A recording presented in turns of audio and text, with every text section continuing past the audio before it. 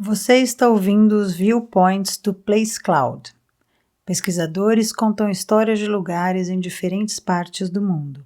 Para obter a experiência multimídia completa e apoiar os criadores, visite placecloud.io. Estamos na cidade de Middelburg, no local da Casa das Índias Ocidentais, que já foi sede da Câmara da Zelândia da Companhia Holandesa das Índias Ocidentais. O prédio atual abriga uma sofisticada loja de stroopwafels, mas antes de chegarmos a Middelburg, é preciso falar sobre a escravidão na Holanda. À primeira vista, o argumento de que se deve julgar as pessoas pelos padrões de sua época parece ter mérito. Nós, hoje, gostamos de nos considerar mais maduros moralmente do que nossos antepassados de centenas de anos atrás, ou até mesmo do que os da primeira metade do século passado. Esse é um argumento que muitas vezes paira nos bastidores das discussões sobre a escravidão. Contudo, algo típico das nações colonizadoras europeias era que a escravidão era completamente ou em grande parte ilegal nos países de origem, enquanto era permitida ou até considerada necessária nas colônias.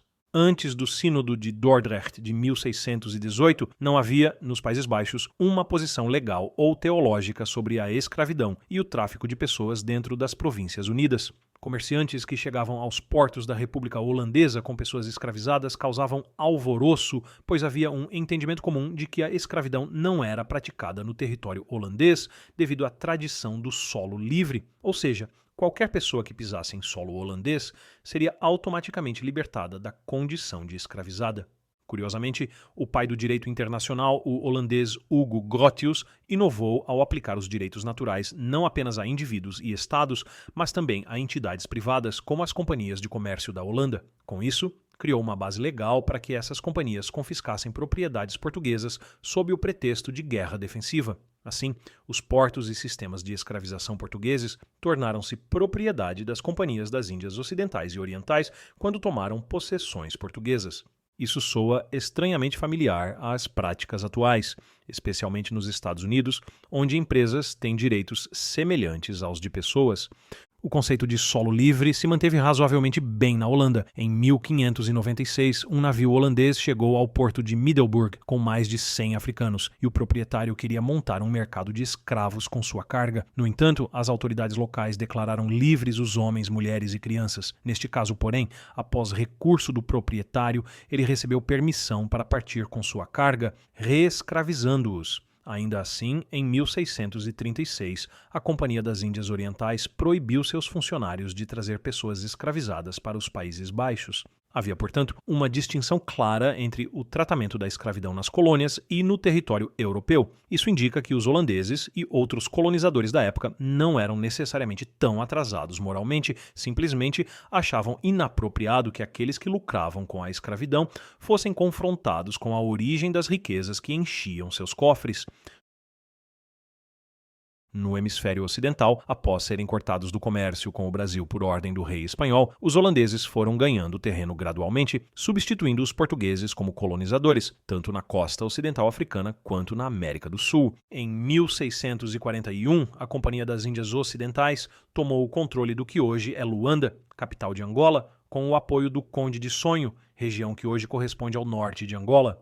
Em 1643, Dom Miguel de Castro, primo do conde, viajou à Holanda via Brasil holandês para solicitar mediação em um conflito com o rei Garcia II do Congo, que também havia enviado um emissário aos holandeses.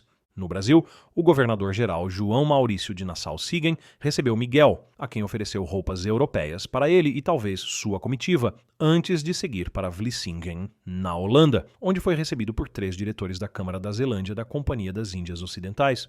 Miguel permaneceu em Middelburg por 2 semanas, possivelmente nas próprias instalações da Câmara da Zelândia, onde estamos agora, período no qual os diretores encomendaram 6 pinturas a um artista local. Entre elas estavam 2 retratos de Dom Miguel de Castro e um retrato de cada um de seus 2 criados. Um dos retratos seria com roupas portuguesas e outro de corpo inteiro com vestimenta congolesa.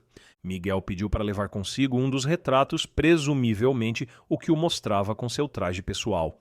O retrato com roupas portuguesas permaneceu na Holanda e foi entregue a João Maurício de Nassau quando retornou. Ele, por sua vez, presenteou o rei Frederico III da Dinamarca. Por isso, esse retrato e 2 dos criados podem hoje ser vistos no Statens Museum for Kunst, em Copenhague. Depois de Middelburg, Miguel seguiu para Raia, onde se encontrou com o Frederico Henrique. Provavelmente buscava uma aliança ou apoio, talvez do Estado holandês, talvez da Companhia das Índias Ocidentais, mas não há registros conhecidos do conteúdo da reunião com o chefe de Estado. Contudo, nada concreto parece ter resultado desse encontro, talvez porque ele não tenha levado presentes para impressionar os dignitários holandeses. Quer dizer, Miguel até levou presentes, mas aparentemente os deixou no Brasil, com João Maurício de Nassau, 200 pessoas escravizadas que terminaram, ao que tudo indica, nas mãos do governador-geral holandês.